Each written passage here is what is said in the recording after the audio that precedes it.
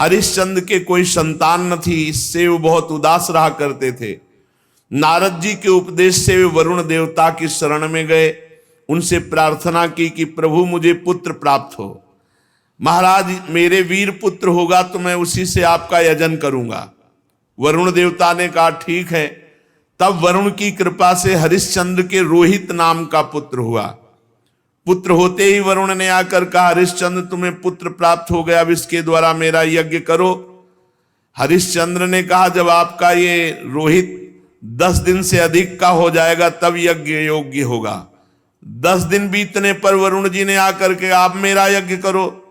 हरिश्चंद्र ने कहा, जब आपका ये रोहित मुंह में दांत निकल आएंगे तब यज्ञ के योग्य होगा।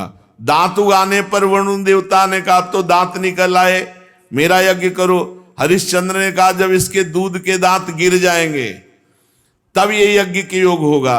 जब दूध के दांत गिर गए तो वरुण देवता ने कहा, अब तो मेरा यज्ञ करो। हरिश्चंद्र ने कहा, जब दोबारा दांत आ जाएंगे तब ये यज्ञ के योग्य होगा।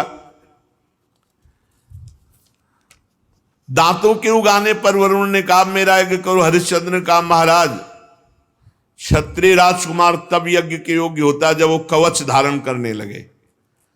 राजा हरिश्चंद्र पुत्र के प्रेम से ऐसा टालते रहे, उनका हृदय पुत्र प्रेम में जकड़ा हुआ था। जो जो समय बताते वरुण देवता उसी की बाट देखते। जब रोहित कुंवर को इस बात का पता चला कि पिताजी तो मेरा बलिदान करना चाहते हैं, तो अपने प्राणों की रक्षा के लिए हाथ में धनुष लेकर वन में चले गए। कुछ दिन के बाद उन्हें मालूम हुआ कि वरुण देवता ने रुष्ट होकर मेरे पिताजी पर आक्रमण किया है, जिसके कारण वे महोदर रोग से पीड़ित हो रहे। तब रोहित अपने नगर की ओर चल पड़ा, परंतु इंद्र ने आकर उसे रोक दिया। कहा, बेटा रोहित, यज्ञ पशु बनकर मरने की अपेक्षा है पवित्र तीर्थ और क्षेत्रों का सेवन करते हुए पृथ्वी में विचरण करना। इंद्र की बात मानकर वो 1 वर्ष तक और वन में ही रहे। सरकार दूसरे, तीसरे, चौथे और 5वें वर्ष जहां जाने का विचार करते तो इंद्र देवता कोई न कोई रूप रख कर आते और उसे रोक देते। 6 वर्ष तक रोहित वन में ही रहे। 7वें वर्ष जब वो अपने नगर को लौटने लगे तो उसने अजीगर्त से उनके मंझले पुत्र शुनासेप को मोल ले लिया और उसे यज्ञ पशु बनाने के लिए अपने पिता को सौंपकर उनके चरणों में नमस्कार किया। तब परम यशस्वी श्रेष्ठ चरित्र वाले राजा हरिश्चंद्र ने महोदर रोग से छूटकर पुरुषमेध यज्ञ के द्वारा वरुण आदि देवताओं का यजन किया। उस यज्ञ में विश्वामित्र जी होता हुए, परम संयमी जमदग्नि जी ने अध्वर्यु का काम किया, वशिष्ठ जी ब्रह्मा बने, अयास्य मुनि सामगान करने वाले उद्गाता बने। उस समय इंद्र ने प्रसन्न होकर हरिश्चंद्र को एक सोने का रथ दिया। आगे चलकर मैं शुनासेप का महात्म वर्णन करूंगा। हरिश्चंद्र को अपनी पत्नी के साथ सत्य में दृढ़ता पूर्वक स्थित देकर विश्वामित्र जी बहुत प्रसन्न हुए। विश्वामित्र जी ने बड़ी कठोर परीक्षा ली हरिश्चंद्र जी की। एक दिन महाराज हरिश्चंद्र जी अपने राज्य के वन में भ्रमण कर रहे थे तो आवाज आई कुछ स्त्रियों की, रक्षा करो, रक्षा करो। महाराज हरिश्चंद्र ने विचार किया कि हमारे राज्य में कोई व्यभिचारी तो है नहीं जो ऐसा कर सके। उनके राज्य में कोई ऐसा नहीं था। बहुत कठोर शासन हरिश्चंद्र जी का। ये अयोध्या के चक्रवर्ती सम्राट थे, धर्मात्मा, प्रजापालक, दानवीर, भगवत भक्त और धर्मनिष्ठा का ऐसा प्रभाव कि इनके राज्य में कोई किसी माता बहन की तरफ गंदी दृष्टि से भी नहीं देख सकता था। इसीलिए उनके राज्य में किसी की अकाल मृत्यु नहीं होती, किसी को रोग नहीं होता। पूर्ववासियों में बड़ी धर्म की रुचि थी। तो जब एक दिन जंगल में शिकार खेलने गए तो वहां कुछ स्त्रियां पुकार रही थी और कह रही थी, हमें बचाओ, हमें बचाओ। राजा ने शिकार खेलना छोड़कर उनके समीप गए और कहा, डरो मत, हमारे राज्य में ऐसा दुष्ट बुद्धि वाला तो कोई है ही नहीं जो इस अन्याय करके किसी स्त्री को ऐसे, डरो मत। तो शांत हो गई। पास में देखा विश्वामित्र जी खड़े थे और वो स्त्रियां और कोई नहीं थी, विद्याएं थी जो अपने तपोबल से समस्त विद्याओं को अधीन विश्वामित्र जी कर रहे थे। मूर्तिमती विद्या स्त्री होकर क्रंदन कर रही थी और विश्वामित्र जी उन्हें अधीन कर रहे थे। जब उन्होंने कहा ऐसा कोई दुष्ट बुद्धि वाला हमारे राज्य में है ही नहीं, कौन है जो तुम्हें सता रहा है? तो विश्वामित्र जी ने कहा सता तो हम रहे तो दुष्ट बुद्धि के हम हुए। और भारी क्रोध आ गया। जो ही क्रोध आया सो तप में क्रोध आना हानि का विषय, विद्याएं सब अंतर ध्यान हो गई। विश्वामित्र जी ने कहा इतना तप करने के बाद मैंने अपने क्रोध को संभाला था और विद्याओं को अधीन किया, तुमने मुक्त करा दिया, तुम बड़े दयालु हो। गुस्सा में कहा। हरिश्चंद्र जी ने हाथ जोड़कर विनय पूर्वक कहा मुनि, मैं राज्य धर्म का पालन कर रहा हूं। राजा का कर्तव्य है यदि कोई अनाथ, कोई शरणागत किसी भी तरह सताया जाता है तो उसकी रक्षा करना कर्तव्य है। अच्छा तो फिर मेरी भी रक्षा करो, मेरी इच्छा अनुसार दान करो। राजा ने कहा आदेश कीजिए। तो उनका इस समय तुम्हारे पास क्या है? घोड़ा, खजाने की चाबी, दो। दान ले लिया और कहा दक्षिणा में हमें प्रचुर स्वर्ण चाहिए। कहा दिया, ठीक, चलो दक्षिणा दो। तो उनका खजाने तो पहुंचे, बोले मिथ्यावादी, जब खजाने की चाबी दे दी तो खजाना तेरा कैसे? हाँ ये बात तो है। और घोड़ा दे दिया तो जहां तक घोड़े की टाप गई सारा राज्य मेरा। बहुत दानी बनता है, बहुत उदार बनता है, विद्याओं की रक्षा करेगा तू, अब दे। तो उनका महाराज चिंता मत करो, हमारे राज्य में तो हमको कोई खरीदेगा नहीं और वो राज्य अब आपका हो चुका है। इसलिए राजा ने विचार किया कि सभी शास्त्र पुराण कहते हैं काशीपुरी भगवान शंकर के त्रिशूल पर बसी है और उसके अधिपति देवाधिदेव महादेव हैं। अतः वो परम दिव्यपुरी में चल करके अपने आप को बेचना चाहिए और जो बेचने से स्वर्ण मिले वो दक्षिणा में देना चाहिए। जो अभी चक्रवर्ती सम्राट थे, विश्वामित्र जी ने नंगे पैर निकाला राज्य से और जाओ बिको और दक्षिणा दो। अब परम सुकुमारी रानी सेव्या, पुत्र रोहित काशी को चल पड़े। मार्ग में मुनि ने एक माया रची कि राजा रानी और रोहित तीनों को अत्यंत प्यास लगी, बहुत सुंदर जल की, मीठे जल की सृष्टि की, और आप बैठ गए ब्राह्मण के वेश में और कहा आओ पानी पी लो। बहुत आग्रह किया। राजा ने कहा मैंने मुनि को दान दिया है, दान की पूर्णता दक्षिणा से होती, जब तक दक्षिणा नहीं दे लूंगा पानी नहीं पीऊंगा। ऐसा कह के राजा आगे बढ़ गए। ब्राह्मण ने रानी और रोहित कुंवर से भी कहा कि जल पी लो। उन्होंने कहा नहीं, हम धर्मात्मा राजा की संतान हैं, हम उनकी पत्नी हैं, जब तक राजा अपनी दक्षिणा नहीं दे देते तब तक हम पानी नहीं पिएंगे। ब्राह्मण ने कहा झूठ, राजा तो जल पी गए, तुम लोग क्यों जल नहीं पियोगे? तो उन्होंने कहा कि वो परम स्वतंत्र हैं, वो पी सकते हैं, लेकिन जब तक वो मुझे आदेश नहीं करेंगे मैं नहीं पीऊंगा। और झूठ बोला था कि वो पी गए। विश्वामित्र जी ने परीक्षा ली थी, बड़े प्रसन्न हुए और कहा जाओ जिस कार्य के लिए जा रहे हो। 1 महीने की अवधि मांगी थी, 1 दिन शेष रह गया। अब यहां अयोध्या से काशी पैदल चल के जाना। विश्वामित्र जी ने कहा कि अगर तुमने हमारी दक्षिणा नहीं दी और समय पूरा हो गया तो मैं तुम्हें शाप दे दूंगा, आज का अंतिम दिन है। हरिश्चंद्र ने मुनि को प्रणाम किया और कहा अभी आधा दिन शेष है, अभी आप कुछ मत बोलिएगा, प्रयास करते हैं कोई मुझे खरीद ले। आपने इतने दिन प्रतीक्षा की और कर लीजिए, आधा दिन की ही तो बात है।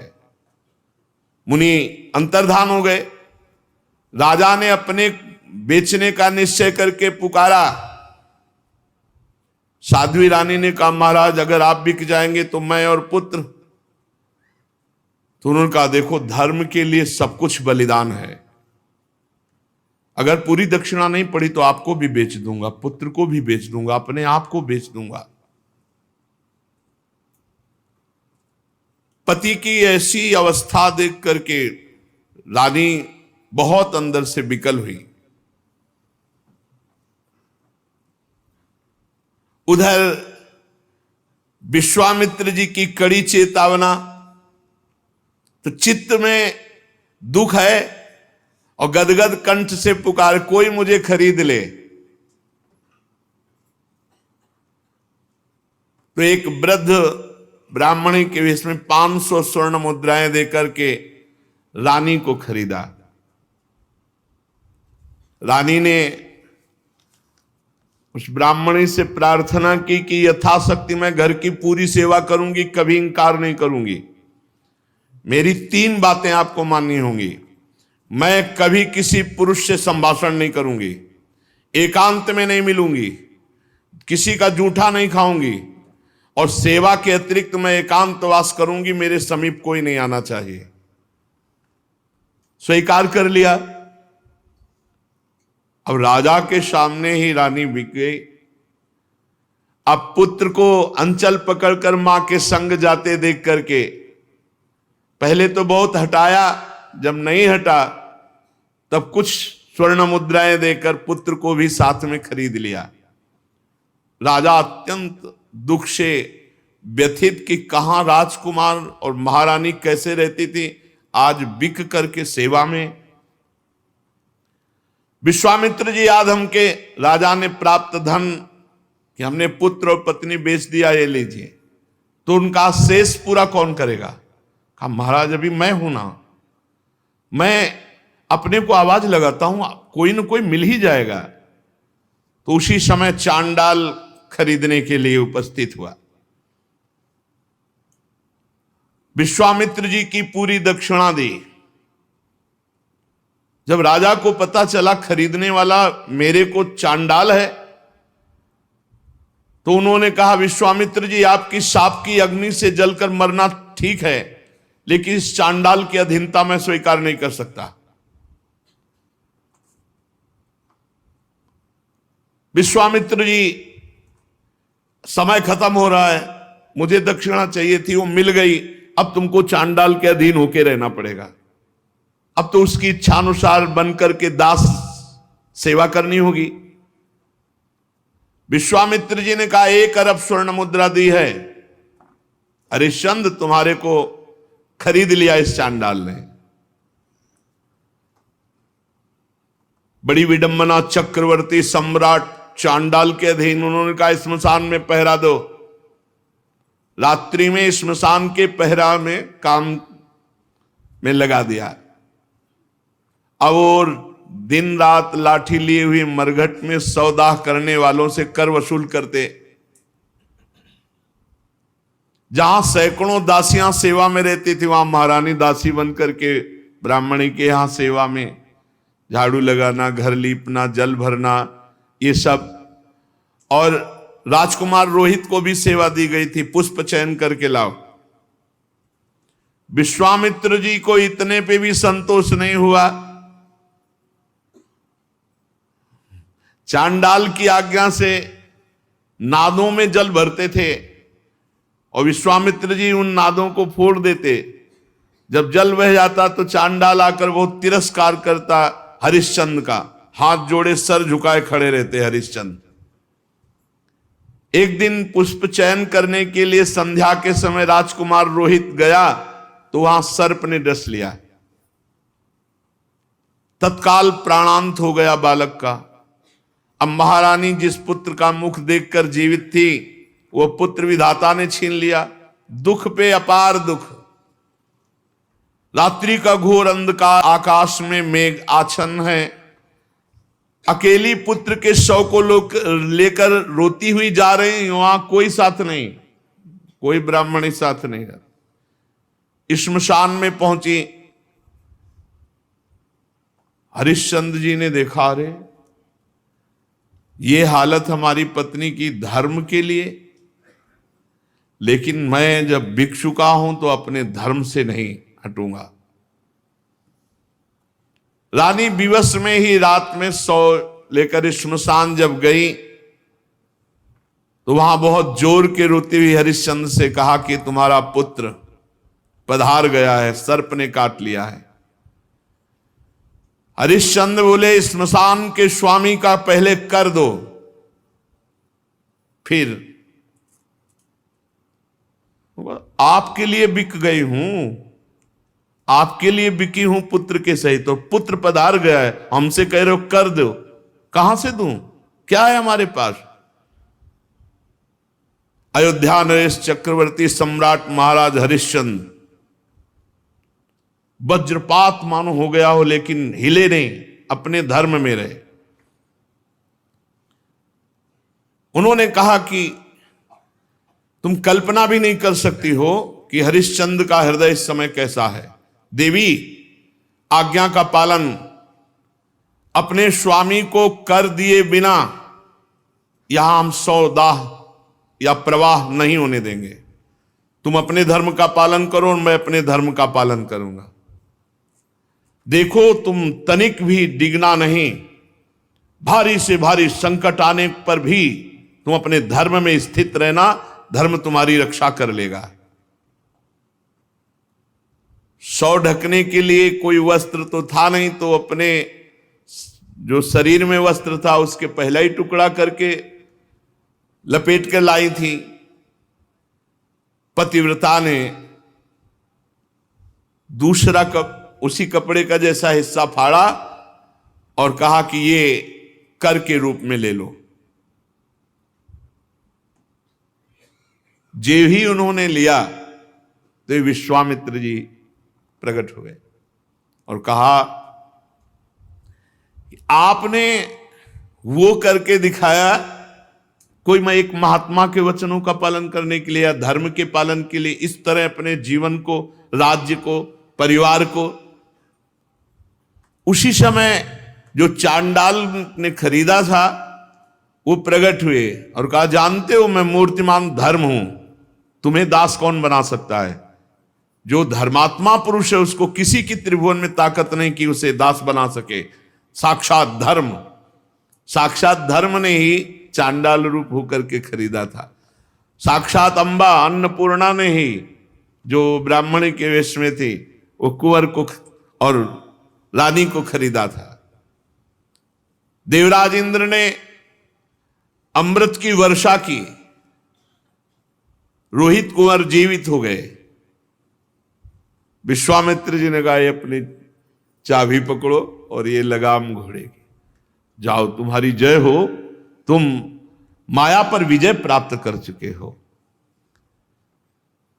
देवराज ने कहा कि अब तुम्हें मृत्युलोक का राज्य करने की जरूरत नहीं, सशरीर स्वर्ग की यात्रा करो।